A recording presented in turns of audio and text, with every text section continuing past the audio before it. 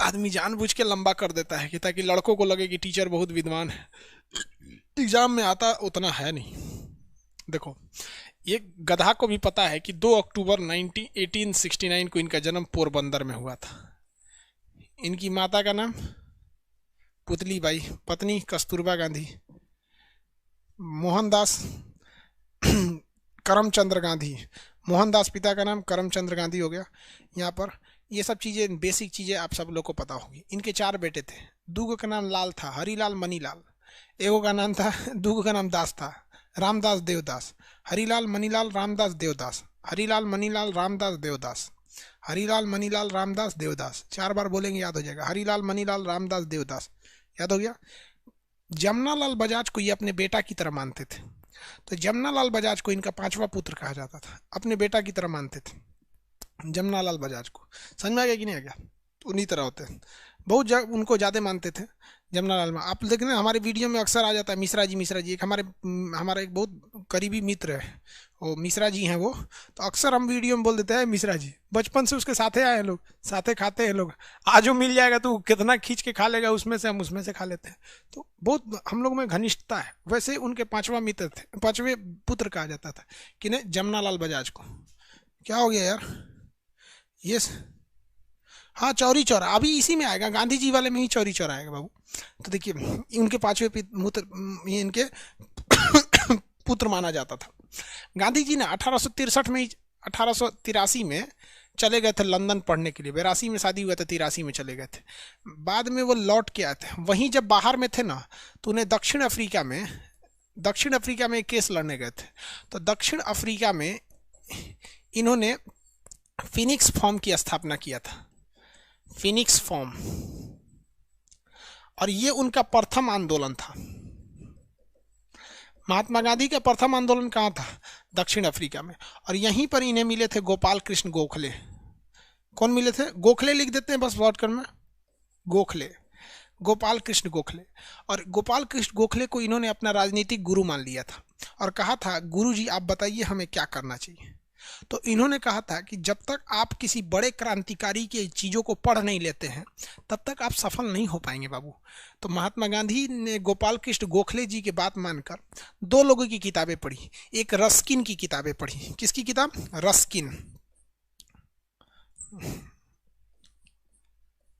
Ruskin की किताबें पढ़ी। और इससे इन्होंने सीख लिया कि भूख हड़ताल बहुत बड़ी चीज़ होती है।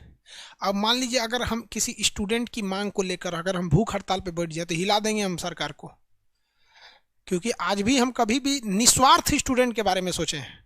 निस्वार्थ मतलब कभी एक क्षणिक सा स्वार्थ नहीं रहा। हाँ, ये जरूर है कि हमें भी परिवार चलाना है तो आपसे कुछ फीस लेनी पड़ती है, हमें भी सर्वर कास्ट देना है, हमें भी सब कुछ देना है, तो ये है। सरकार टैक्स लेना छोड़ दे, हम देखते हैं कितना, अगर वो 50% टैक्स की कमी करेगी तो हम 100% फीस में कमी कर देंगे। मतलब जितना तुम टैक्स कम करोगे उसका डबल हम फीस कम कर देंगे। तुम 50 रुपया हमारे टैक्स में छूट दो, हम 100 रुपया फीस कम कर देंगे। तो हमारी भी कुछ मजबूरी भी है। तो रस्किन से उन्होंने सीखा भूख हड़ताल पर। अगर आज हम भूख हड़ताल पर बैठ जाएं स्टूडेंट्स की किसी मांग को लेकर तो तालका मच जाएगा, क्योंकि सबको पता है इसे हिला देगा यहाँ पे। तो इन्होंने यही रस्किन से सीखा था कि भाई भूख हड़ताल में बहुत दम है। तो भूख हड़ताल की प्रेरणा इन्हें किसने दिया था? रस्किन ने दिया था। और एक लियो टॉल्स्टॉय थे, टॉल्स्टॉय, इनसे इन्होंने आंदोलन की प्रेरणा लिया था। आंदोलन कि अहिंसक आंदोलन कीजिए, मारपीट मत कीजिए, सरकार ज़्यादा लाठी नहीं चला पाएगी क्योंकि सरकार की जवाबदेही बन जाएगी। याद रखिएगा यहाँ पर। तो गोपाल कृष्ण गोखले इनके गुरु थे। गोपाल कृष्ण गोखले ने कहा कि किताब पढ़ लिया, तो कहा रस्किन से भूख हड़ताल, लियो टॉल्स्टॉय से इन्हें आंदोलन की प्रेरणा मिल गई। गोपाल कृष्ण गोखले ने कहा कि देख भैया, तो भारत जा रहा है ना, तो 1 साल तक तुमको स्टूडेंट की तरह रहना है, ज़्यादा चक्कर पकड़ मत करिए ना तो पिटबो करेंगे। तो इन्होंने कहा ठीक है। इसलिए महात्मा गांधी जब भारत आए, महात्मा गांधी क्या है, जब भारत आए तो इनको अपने गुरुजी की बात याद थी कि हमें 1 साल तक स्टूडेंट की तरह रहना है। तो 9 जनवरी 1915 को ये भारत में आए। कहाँ आए? भारत में आए।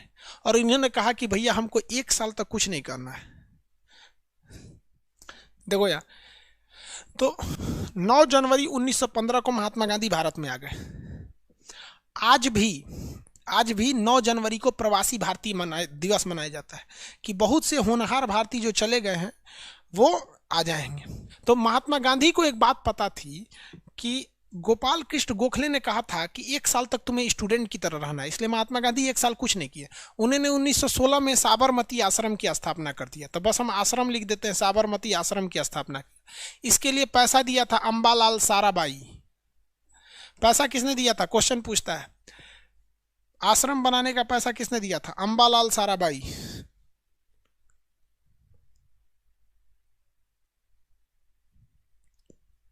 अंबालाल साराभाई, किसने पैसा दिया था, किसने पैसा दिया था, अंबालाल साराभाई ने। अब 1 साल बीत गया। इन्हीं 1916 में इन्होंने लखनऊ अधिवेशन में भाग लिया था, लखनऊ अधिवेशन में भाग लिया था। और लखनऊ अधिवेशन में इनको एक बिहारी ने देख लिया था जिसका नाम था राजकुमार शुक्ल ने। तो राजकुमार शुक्ल ने 1917 में कहा था कि महात्मा गांधी आप आइए। तो महात्मा गांधी ने कहा था 1916 में लखनऊ अधिवेशन में कि हम अभी नहीं आ सकते हैं, हमारे गुरुजी कहते कि 1 साल तक तुम्हें विद्यार्थी की तरह जिंदगी बिताना है। तो 1917 में इन्होंने कहा कि हम अब आएंगे। तो इन्होंने चंपारण सत्याग्रह किया, चंपारण सत्याग्रह किया। ध्यान दीजिएगा, यह महात्मा गांधी के जीवन का पहला सत्याग्रह नहीं था। महात्मा गांधी के जीवन का पहला सत्याग्रह साउथ अफ्रीका में था, यह भारत में पहला सत्याग्रह था। और इन्होंने 3 कठिया पद्धति को खत्म कर दिया। 3 कठिया पद्धति क्या था कि जिनका 20 कट्ठा खेत था, मतलब हर एक 20 कट्ठा खेत पर 3 कट्ठा पर नील बोना था, हर एक 20 कट्ठा खेत पर 3 कट्ठा नील बोना था। नील जो कपड़े पे चढ़ाया जाता है, इसकी खराबी क्या होती है कि जहां बोइएगा वो जमीन बंजर हो जाती है। तो किसानों का हर साल 3 कट्ठा जमीन बंजर हो जा रही थी और अंग्रेज जमींदारों से कह के जबरदस्ती यहाँ पे नील बोआते थे। इसलिए महात्मा गांधी ने वहां पर कहकर भारतीयों के लिए वो जमीन को क्या कर दिया, ये नियम को खत्म करा दिया। ये महात्मा गांधी का भारत में पहला आंदोलन था, महात्मा गांधी का भारत में पहला आंदोलन था। ये हो गया। इसके बाद महात्मा गांधी 1818 में खेड़ा सत्याग्रह कर दिए। गुजरात में एक जगह है खेड़ा सत्याग्रह, इसको भी जीत लिया। उसके बाद 1818 में ही महात्मा गांधी ने मील मजदूर के लिए आंदोलन कर दिया। अहमदाबाद मील मजदूर के लिए आंदोलन कर दिया। और यहीं पर महात्मा गांधी ने पहली बार भूख हड़ताल का प्रयोग कर लिया। अब आप बताओ भाई, महात्मा गांधी को भूख हड़ताल की प्रेरणा किससे मिली थी, रस्किन से। महात्मा गांधी को भूख हड़ताल की प्रेरणा किससे मिली थी, रस्किन से। साराभाई ने रुपए क्यों दिए थे भैया, आश्रम बनाने के लिए, महात्मा गांधी के आश्रम बनाने के लिए। हम आप ही से कहेंगे कि हमको एक अनाथ आश्रम खोलना है, पैसा दीजिएगा कि नहीं, दे दीजिएगा। अरे 10 रुपया दीजिएगा, दे दीजिएगा कि नहीं, वैसे ही दिया था इन्होंने।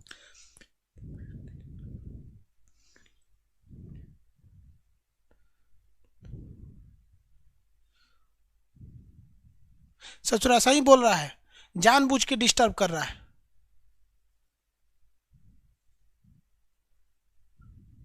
सही बोला, 11 रुपया में बकलोल आ गया है। 11 रुपये में बकलोल आ गया है। देखो, महात्मा गांधी ने पहली बार भूख हड़ताल का प्रयोग किया क्या, 1918 में। लेकिन महात्मा गांधी को यह एक चीज गलती हो गई, वो टेस्ट मैच को 2020 समझ गए।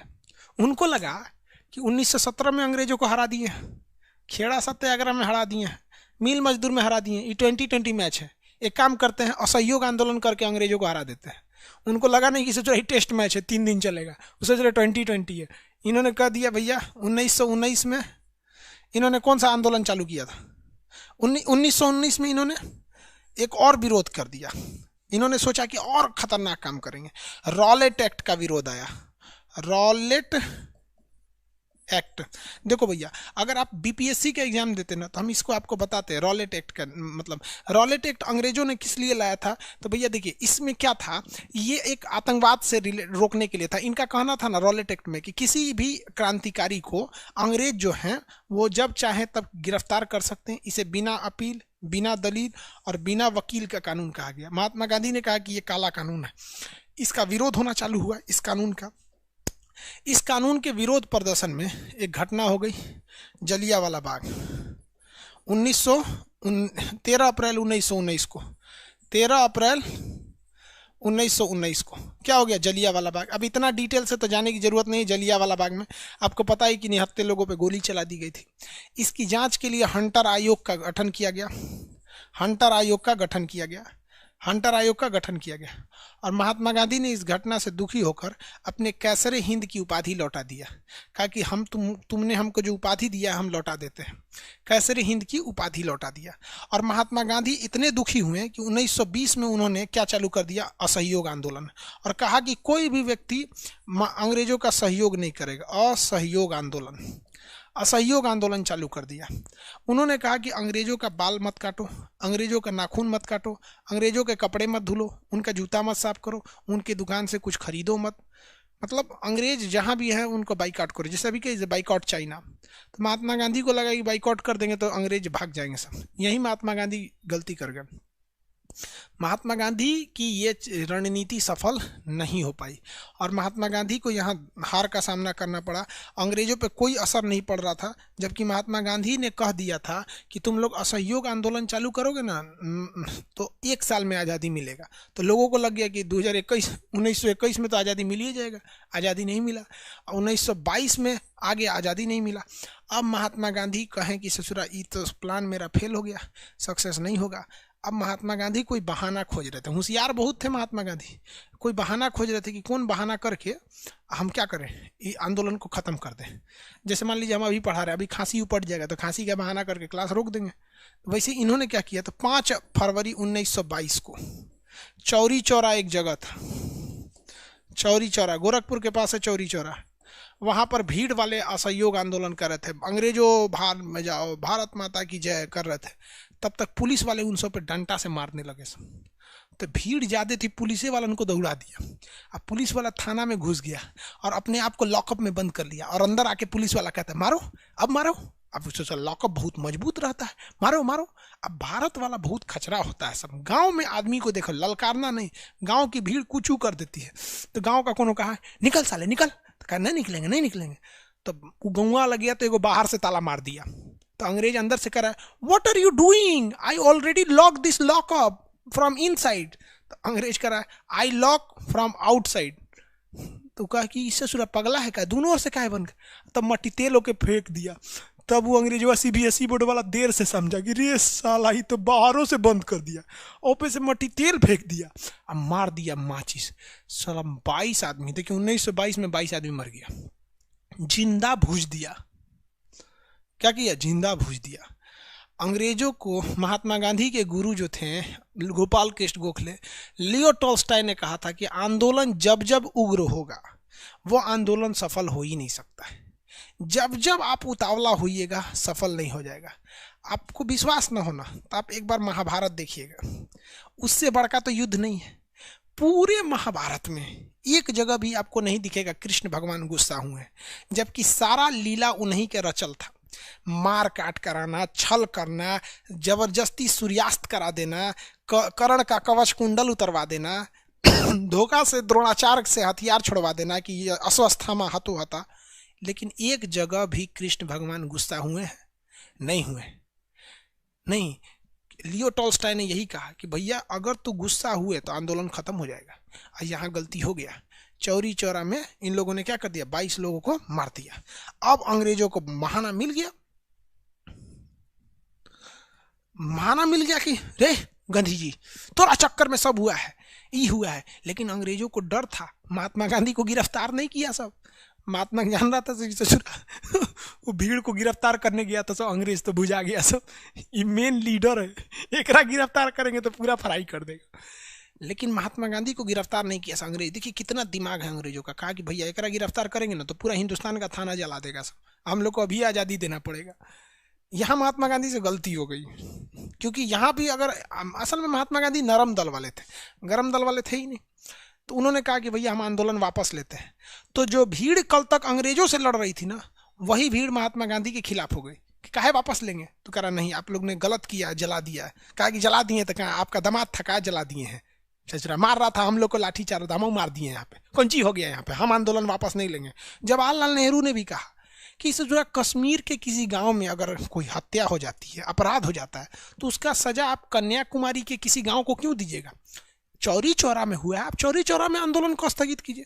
लेकिन गांधी जी तो होशियार, वो जान गए कि हम गलत रास्ते पे चल रहे हैं, ये रास्ता से आज़ादी नहीं मिलेगा, हम कितनों ढिढोरा पीटेंगे तो। क्योंकि अंग्रेज हमसे मजदूरी कराने, सर दबवाने, कपड़ा धुलवाने थोड़ी आए थे। वो तो यहाँ से कोयला ले जाने के लिए, कपास ले जाने के लिए, गन्ना ले जाने के लिए आए थे। एकरा कैसे असहयोग कहिएगा? क्या कहिएगा कि भारत माता आप भी असहयोग आंदोलन में भाग दीजिए, गन्ना निकलबे मत कीजिए, कपास निकलबे नहीं कीजिए? सफल नहीं हुआ। गांधी जी को बहाना मिल गया। गांधी जी कहा कि ना वापस ले लेंगे। 12 तारीख को वापस ले लिए, 1 के हफ्ते बाद। अब महात्मा गांधी को अभी भी अंग्रेज गिरफ्तार नहीं किया था सर।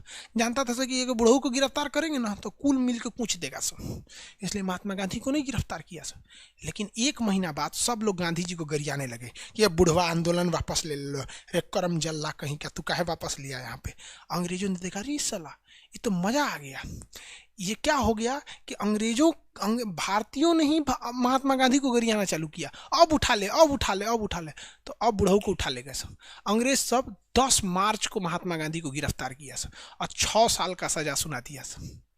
ये बताओ भैया, उस समय चौरी चौरा जब कांड हुआ था तो ये यूपी में है चौरी चौरा, और महात्मा गांधी गुजरात में थे। बावजूद इसके महात्मा गांधी को 6 साल की सजा हुआ था। महात्मा गांधी ये भी तो कह सकते थे हम थोड़ी किए हैं, 6 साल की सजा हुआ। महात्मा गांधी बड़ी होशियार।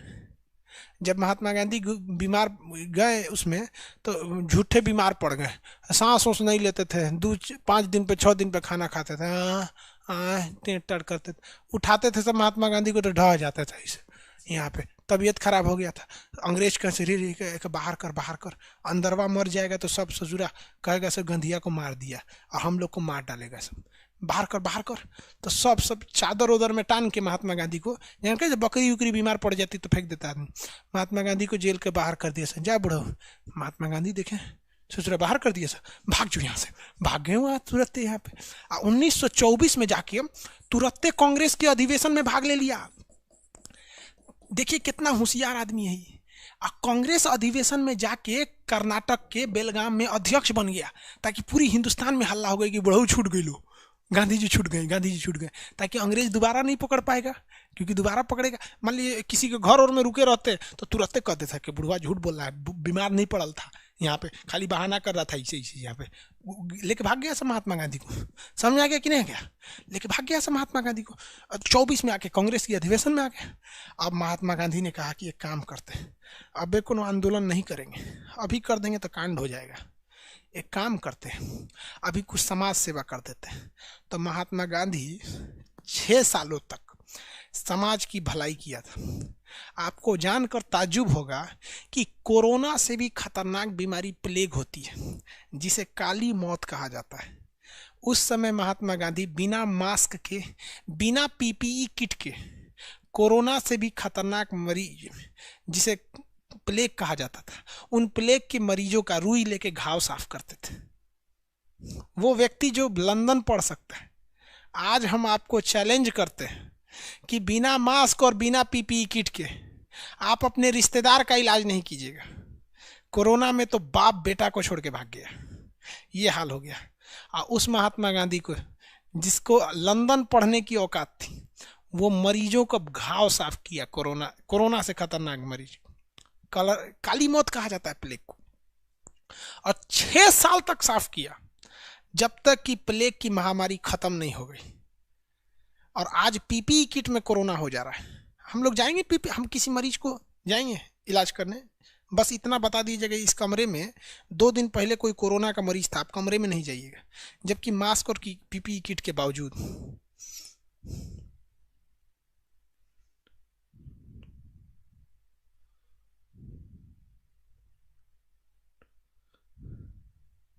राहुल दीप जी, ठीक है, डाउनलोड ऑप्शन दे देंगे। अब देखिए महात्मा गांधी, अब एंट्री दोबारा मारे, आगे बढ़े। अरे भाई इतना देख लो तो तब गांधी जी के आगे बढ़े। गांधी दोबारा सुनिए, ध्यान से सुनिए। महात्मा गांधी का जन्म 2 अक्टूबर 1869 को हुआ। 1883 में लंदन चले गए, वापस आए, वकील बन के साउथ अफ्रीका केस लड़ने चले गए। वहाँ फिनिक्स फॉर्म की स्थापना किया, पहला आंदोलन किया। गोपाल कृष्ण गोखले वहीं मिले, गुरु बना लिया। लियो टॉल्स्टॉय से आंदोलन की प्रेरणा लिया। रस्किन से उन्होंने भूख हड़ताल की प्रेरणा लिया। भारत में आए 1915 में, और 16 में साबरमती आश्रम की स्थापना किया, और अम्बालाल साराभाई ने इन्हें पैसे दिए थे। 16 में इन्होंने विद्यार्थी जीवन बिताया और कांग्रेस अधिवेशन में भाग लेने गए। गए। वहाँ इन्हें राजकुमार शुक्ल भी मिले थे जो इन्हें बिहार आने का न्योता दिए थे, लेकिन इन्होंने कहा कि नहीं, 1 साल तक हमें विद्यार्थी जीवन जीना है। उसके बाद 1917 में चंपारण 3 कठिया पद्धति बर्बाद कर दिया, मतलब 20 कट्टा में 3 कट्टा, इसे 3 कठिया कहा गया, नीले जमींदारों के खिलाफ। उसके बाद खेड़ा सत्याग्रह, अहमदाबाद मिल मजदूर में भूख हड़ताल कर दिया। 19 में रॉलेट एक्ट कर दिया। 19 में जब जलियांवाला बाग हो गया तो महात्मा गांधी बहुत विक्षुब्ध हो गए। 20 में असहयोग आंदोलन हुआ, लेकिन 5 फरवरी 1922 को जलियांवाला चौरी चौरा हो गया, जिस कारण महात्मा गांधी को जेल भेज दिया गया और महात्मा गांधी ने असहयोग आंदोलन को स्थगित कर दिया। क्वेश्चन पूछेगा असहयोग आंदोलन को स्थगित करने का कारण जलियांवाला बाग था। उसके बाद क्या हुआ, 1924 में छूटे तो कर्नाटक में बेलगाम में कांग्रेस अधिवेशन के अध्यक्ष बन गए। 24 से लेकर 30 तक यानी 6 साल तक रचनात्मक कार्य एवं समाज सेवा की भलाई की काम किया था। किसी को दिक्कत? आगे बढ़े। बिरला क्या था सर? बहुत बड़ा रईस आदमी था उस टाइम।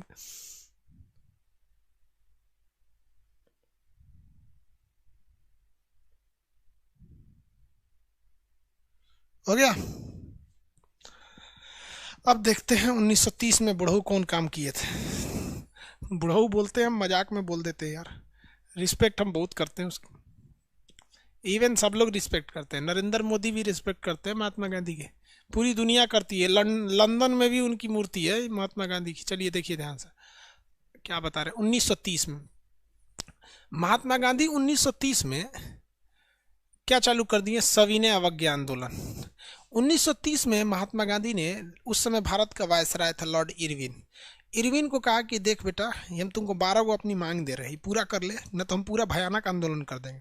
तो इरविन ने कहा कि भाड़ में जो तेरा आंदोलन, हम नहीं मानने वाले। तो महात्मा गांधी ने कहा ना, थोड़ा सा पहले एगो आया था, रीडिंग नाम था उसका, रीडिंग, उसने देखा था कि किस तरह से असहयोग आंदोलन हुआ था, थोड़ा दिखाना पड़ेगा कैसे आंदोलन होता है। तो इरविन ने भगा दिया गांधी जी को, भाग तेरा आंदोलन देखने आया है, चल निकल यहाँ से। उस समय यूट्यूब था नहीं कि पहले का चीज़ देख सकते हैं। तो महात्मा गांधी ने कहा ठीक है बेटा, कोई बात नहीं। महात्मा गांधी ने 1930 में डांडी मार्च चालू कर दिया। डांडी मार्च, भैया देखो डांडी गलती लिखा गया होगा तो कोई गलती, डांडी मार्च चालू कर दिया। अब ये डांडी मार्च चालू हुआ था 12 मार्च से। कब से? 12 मार्च से, और खत्म हुआ 6 अप्रैल पे। महात्मा गांधी को उम्मीद से ज्यादा भीड़ जुट गई। ये डांडी क्या था समझिए इसको। महात्मा गांधी जो थे बहुत होशियार आदमी थे। उन्होंने अपना आश्रम बनाया था साबरमती में, और नमक बनता है समुद्र के किनारे। ये जगह का नाम था डांडी, और ये जगह का नाम था साबरमती। यहाँ से इन्होंने 78 लोगों के साथ पैदल यात्रा चालू की थी कि हम जाके नमक बनाएंगे, और भारतीय नमक बनाएंगे, क्योंकि अंग्रेज नमक पर टैक्स ज़्यादा लेते थे। ये यहाँ गए तो इसमें 26 दिन लग गया। इस 26 दिन के दौरान महात्मा गांधी के पीछे हजारों की भीड़ लग गई, और डांडी नामक स्थान पर 20,000 लोग पहुंच गए। जो काफिला महात्मा गांधी ने महज 78 लोगों से चालू किया था, और वो काफिला यहाँ आकर डांडी नामक स्थान पर 20,000 हो गया। और महात्मा गांधी ने नमक बना के कहा कि अंग्रेजों तुम्हें टैक्स नहीं देंगे, हम अपना नमक लेंगे। महात्मा गांधी जब पीछे मुड़ के देखेंगे कहेंगे अरे बाप रे बाप, 20,000 फौज आ गई है, एक काम करते हैं, एगो नया आंदोलन कर देते हैं। तो जैसे महात्मा गांधी ने 6 अप्रैल 1930 को डांडी खत्म किया ना, तो 6 अप्रैल 1930 को महात्मा गांधी ने कहा कि इन लोग को वापस काहे जाने देना है, इन लोग से एक और आंदोलन चालू करा देते हैं, सविनय अवज्ञा आंदोलन। सविनय अवज्ञा आंदोलन, सविनय अवज्ञा आंदोलन, civil defence civil disobedience movement. कहा गया कि हम भारतीय बहुत ही विनती के साथ आपका विरोध करेंगे। बहुत ही विनती के साथ क्या करेंगे? विरोध करेंगे। मतलब आप जो कहेंगे हम ठीक उसका उल्टा करेंगे, लेकिन हाथ जोड़कर विनती के साथ। अंग्रेज कहते थे नमक मत बनाओ, इस पर टैक्स है। तो भारतीयों ने कहा कि भैया हम लोग सविनय अवज्ञा आंदोलन कर रहे हैं कि अंग्रेज चाचा आप यहाँ से चल जाइए, नमकवा तो हम यहीं बनाएंगे, आप कितना पे गोली चलाएंगे, हम लोग की संख्या 20,000 है। मतलब अंग्रेजों की वाट लगा दिया उसने, किस तरह से प्रेम से, कि आप चल जाइए नहीं तो हम यही करेंगे। अंग्रेजों ने कहा भारतीय स्कूल नहीं खोल सकते हैं, भारतीयों ने जाके स्कूल खोल दिया। ढावाने आए से तो 20-30 हज़ार भारतीय आ जाते थे, भैया हम यहीं स्कूल बनाएंगे, आपको जो करना है कर लीजिए। तो इन्होंने सविनय अवज्ञा आंदोलन बुला लिया। अब देखिए कांड देखिए। इरविन तो अपने आप को बहुत होशियार समझ रहा था, गांधी जी को भगा दिया था इरविन। अब इरविनवा को पता नहीं था कि लंदन में इनका जो प्रधानमंत्री बनना है इसका नाम है Ramsay MacDonald. Ramsay MacDonald, London में इनका प्रधानमंत्री है रैमजे मैकडोनाल्ड। इसने गोल मेज सम्मेलन बनाया था। गोल, जब भी कभी मेज गोल रहता है ना तो सबका मुंह आमने सामने रहता है। गोल मेज इस चीज को दर्शाता है कि हम सब मिलकर डिसीजन ले रहे हैं, समझा गया, कि सबका चेहरा आमने सामने रहेगा। तो एक गोल मेज सम्मेलन बुलाया था जिस पर हिंदुस्तान के सारे नेताओं से बात करने के लिए बुलाया था। कब बुलाया था? पहला गोल मेज सम्मेलन 1930। और रैमजे मैकडोनाल्ड ने भयंकर इंतजाम कराया था कि कांग्रेस का नेता महात्मा गांधी आएगा, क्योंकि महात्मा गांधी जो बोलते थे देश में वही हो जाता। इधर देखिए गांधी जी तांडव करके बैठल है। इरविनवा कहा गांधी जी से, ये बुढ़ऊ लंदन चल जाइए ना, गोल में सम्मेलन है, नाश्ता पानी भोज वोज सब का व्यवस्था प्रधानमंत्री मैकडोनाल्ड करैले, चल जाइए। तो गांधी कह रहा है सविनय अवज्ञा आंदोलन, इरविन चचा हम कसम खाते हैं कि हम नहीं जाएंगे, आपको जो उखाड़ना है उखाड़ लीजिए। ये बेचारा कहा कि कोई दिक्कत नहीं। और जब उधर रैमजे मैकडोनाल्ड पूरा वीआईपी व्यवस्था नाश्ता पानी सब कराने के लिए बैठा दिया, सब लोग यहाँ सोचा 2-3 गो आदमी गया, भीमराव अम्बेडकर गए थे, तेज बहादुर सप्रू गए थे, 2-3 आदमी गया। बेचारा मैकडोनाल्ड का तो भयानक बेइज्जती हो गया। अब खुद सोचिए ना, मोदी जी डोनाल्ड ट्रंप के लिए गुजरात में स्टेडियम सजा दे और डोनाल्ड ट्रंप में ना आए, अपनी मेहरारू को भेज दे, तो मोदी जी का तो भयंकर बेइज्जती होगा। इसी तरह बेइज्जती हो गया मैकडोनाल्ड का।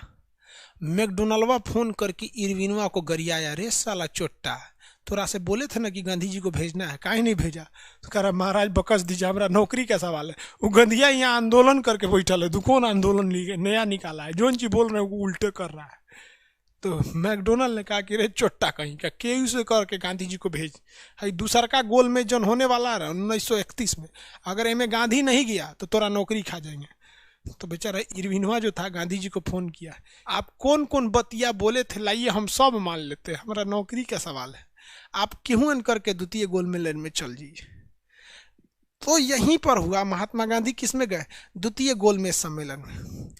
ये 1931 का वही दौर था जब भगत सिंह को फांसी लगने वाली थी और महात्मा गांधी पर लोगों ने दबाव बनाया कि महात्मा गांधी आप कहिए कि अगर भगत सिंह की फांसी को नहीं बख्शा जाएगा तो हम नहीं जाएंगे। महात्मा गांधी ने शर्त में लिख के दे दिया कि आप जितने भी कैदी हैं उन सारे कैदियों को आप रिहा करेंगे।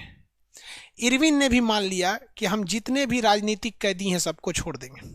आप बाबू यहाँ ध्यान से समझिए, आप अगर यहाँ कहेंगे महात्मा गांधी से गलती हुई तो भी आप सही हैं, लेकिन अगर आप कहेंगे कि नहीं महात्मा गांधी जानबूझ के इग्नोर किया तो भी आप सही हैं, क्योंकि महात्मा गांधी ने मांगा था कि मुझे सारे कैदियों की रिहाई चाहिए और इरविन ने कहा था कि हम जितने भी राजनीतिक कैदी हैं सभी छोड़ देंगे। राजनीति का मतलब होता अनशन करने वाला, हेन तेन वाला को छोड़ देंगे। और भगत सिंह पर तो बम फेंकने का चार्ज लगा था, वो तो राजनीतिक थे नहीं। तो कुछ इतिहासकार ये कहते हैं कि महात्मा गांधी को ये उलझा दिया अपने जाल में, जिस तरह से महाभारत में अश्वत्थामा हाथी मरा था और जाके युधिष्ठिर ने क्या बोल दिया द्रोणाचार्य से, क्योंकि युधिष्ठिर तो झूठ बोलते नहीं थे, उन्होंने कह दिया अश्वत्थामा हतो हता, तो द्रोणाचार्य को लगा कि मेरा बेटवा मर गया। और जैसे वो पूछा कि हाथी की बेटा, तो उसने क्या कह दिए कि तले कृष्ण भगवान शंख बजा दिए, गचपचा गया, द्रोणाचार्य हट गए, अर्जुन जीत गए। यही कांड कर दिया था इरविनवा। इरविन ने क्या किया कि उसने कह दिया राजनीतिक कैदियों को छोड़ देंगे और ये कह के महात्मा गांधी को भेज दिया। महात्मा गांधी चल गए द्वितीय गोलमेज में, इधर भगत सिंह का जान ले लिया। इसलिए लोगों को लगता है कि महात्मा गांधी ने जानबूझ के मरवाया, लेकिन मेरा क्या मानना है, हम इसमें गांधी जी को जिम्मेदार मानते हैं, क्योंकि एक टीचर से गलती हो जाए तो ये अपराध माना जाता है, एक स्टूडेंट से गलती हो जाए तो ये अपराध नहीं है, वो स्टूडेंट है। उसी तरह एक आम इंसान से अगर गलती हो जाए कानूनी पकड़ में तो वो गलती नहीं है। लेकिन आप लंदन से बैरिस्टरी पढ़ के आए थे, वकील बने थे, आप कौन सी का वकील थे जब आपको इतनी चुकी बात में उलझा दिया? तो यहाँ अगर महात्मा गांधी अगर 100% इफोर्ट करते तो वो द्वितीय गोलमेज सम्मेलन में जाने से पहले भगत सिंह को बचा लेते। और हम यहाँ महात्मा गांधी से कहते कि अगर हम 1930 में रहते, 1931 में, तो हम महात्मा गांधी से ये प्रस्ताव रखते कि आप भगत सिंह को छुड़ाइए और भगत सिंह को अपने साथ लेके जाइए और दिखाइए मैकडोनल्ड को कि हम गांधी के अगर अहिंसकवादी हैं तो भगत सिंह की तरह बम चलाना भी जानते हैं।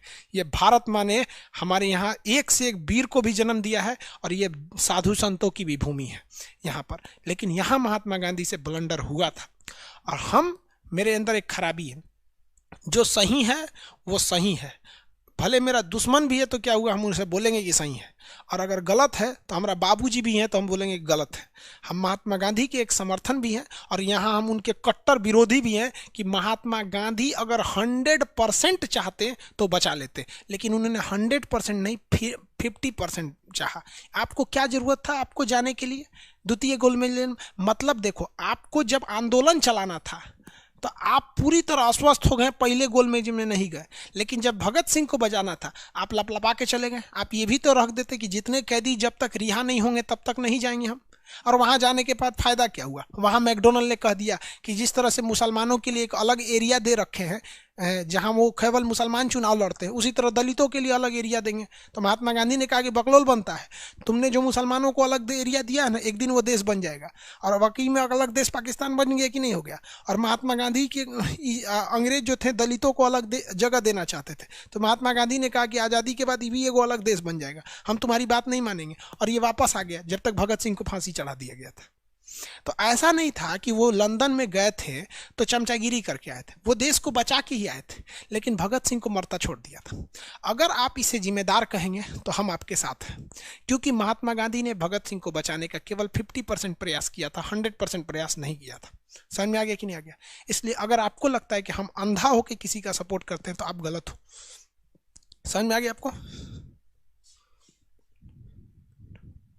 हाँ, वो मार्ले मिंटो अलग है। आपका डाटा खत्म हो गया होगा।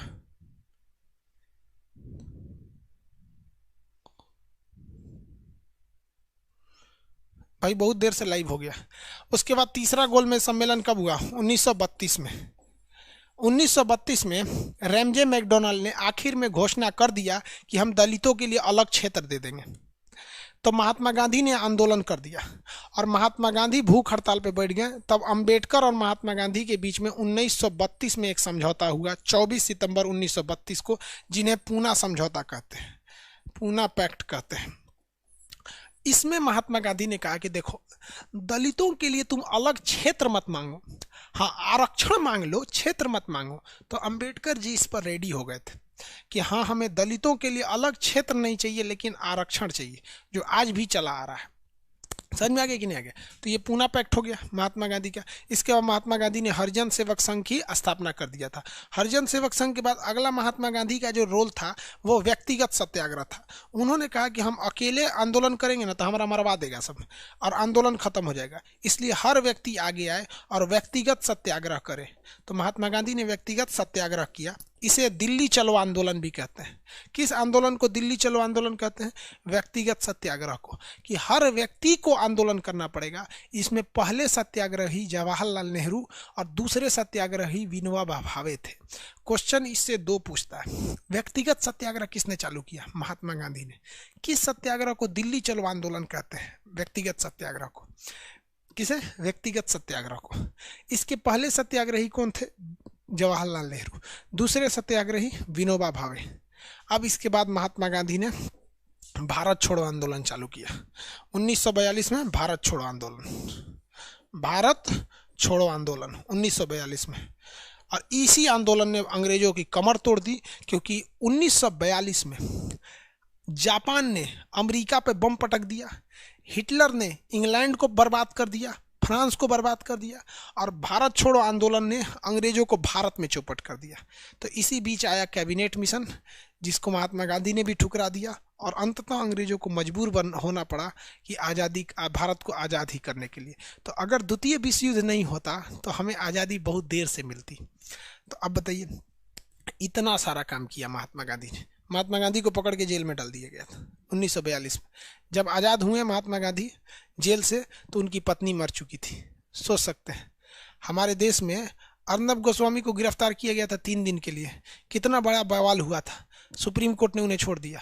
और महात्मा गांधी को उनकी पत्नी मर गई, नहीं छोड़ा गया। यहाँ पे बहुत बड़ा बड़ा बड़ा जुल्म हुआ हमारे देश के आज़ादी के, जो गुलामी से आज़ादी मिली, बहुत बहुत तांडव हुआ, इसके बाद देश आज़ाद हो गया। तो ये गांधी युग था, गांधी जी ने इतना इतना कांड किया टोटल। समझ में आ गया?